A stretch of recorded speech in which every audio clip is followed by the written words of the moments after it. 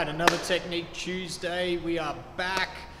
We've had a few people asking about squat technique, how to get a better squat technique, and more specifically, how to improve their overhead squat technique. So this is a pretty open-ended question, and it does depend on the individual. So what we're going to do is we'll do a little bit of a series just going through some particular faults and fixes for those faults to try and help you out to improve your squat technique. For the overhead squats, what you need to look at, some of the major areas that we see people lacking is shoulder mobility or stability. Also too, midline control and that ankle and hip mobility, because for an overhead squat, you ideally want to be able to get those knees forward and keep that overhead torso while you're descending down into that squat position. Because if you let your hip shift back and bring your chest forward, you require almost extreme shoulder mobility to get that bar into a position where it's centered over your body. So it's really individual, the fixes for these, because not everyone has the same problems. So as I said, in the coming weeks, we'll do some more particular fixes for faults that'll be coming out within the squat. But what I'm going to take you through today is I'm just going to take you through a really quick mobility routine that if you are doing overhead squats, you can add in, which will hopefully help get you prepped a little bit better to do the movement. And then once you've done the mobility circuit, it'll also help you get into that better position that you can then use the weighted movement to reinforce. So what you'll need in order to do this is you'll need a lacrosse ball, you'll need foam roller, barbell, and we've also got the angle board over there as well too. You can do that stretch without the angle board, however, it's a lot better, a lot deeper. So starting off with the lacrosse ball, we're going to do a pec and a scap release. I'm going to run through these quickly. If you go back on our YouTube channel, we've actually got a more in-depth video going through how to do these movements. But ideally, I want to use one of the uprights on the pull-up rig so that when I place the lacrosse ball kind of into the top of my pec there, I can actually get some pressure on it and get my head on the other side.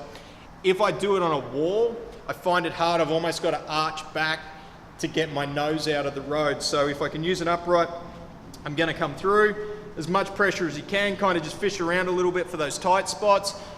You need to make sure that your elbow is in line with your shoulder. If you are tight through the pecs, your elbow's going to want to drop just to release that tension. If you're tight through there, this is going to hurt. And then maintaining that elbow in line with the shoulder, we're just going to do some rotations. Going to go about 10 to 15 reps each side, 10 to 15 reps one side, 10 to 15 reps the other. From there, drop to the ground. The scap release, again, if you need a more detailed video, go back and have a look. But pulling that arm across our body, we're just going to expose those muscles behind our shoulder blade. Try and fish around for where you feel those nice little gristly parts in the muscle. And then from there, lock that elbow, thumb towards the ground, maintain that nice straight arm and maintain those ribs down. When you get to that end range of motion, just nice little oscillations at the end, come back through. Rinse and repeat that about 10 to 15 times. So that's the first one, that's the lacrosse ball. So pec and scap release. From there, moving across, this one I call a torture rack stretch. We're just trying to get a nice stretch through our thoracic spine. So you want the barbell at your head.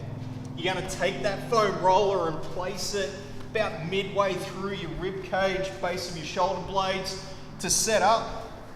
Feet outside our hips, bring those hips all the way up.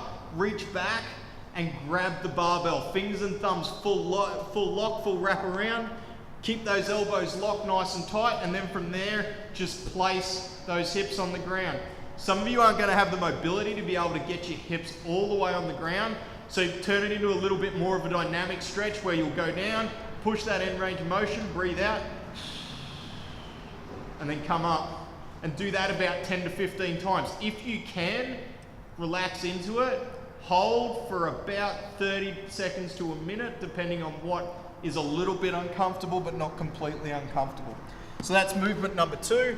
Movement number 3, so moving on down the chain, down towards the ankles. would be using one of these angle boards.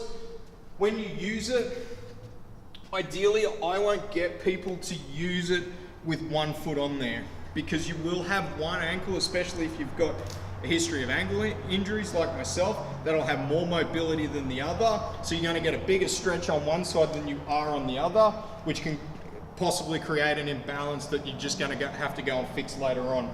So both heels on the ground, toes pointed forward, and then from there, I wanna try and get my glutes squeezed and lock those hips into extension. So straight line that runs from my shoulders all the way down to my heels.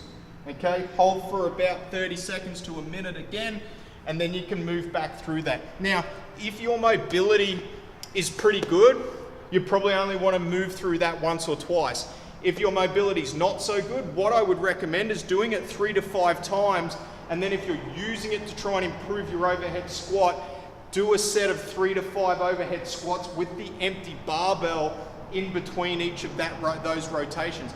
It will take you a little bit longer, but by adding the movement in between that mobility circuit, you're going to reinforce that better position under a little bit of tension. So take your time with the movement if you're going to do that. Try and make sure that you really feel out, especially that good bottom position. Nice upright torso, trying to push those knees forward. Now, just to finish off, overhead squats aren't for everyone. If you've got a long list of previous injuries that you have to deal with, especially shoulders, it's probably not the best idea to do overhead squats as a movement. Potentially doing a better back squat or a front squat is going to be a better thing for you. So overhead squats aren't necessarily for everybody, but if you want to do them, that's a quick mobility circuit you can do to try and help improve your overhead squat position. Hit us up with your questions if you've got any. Thanks.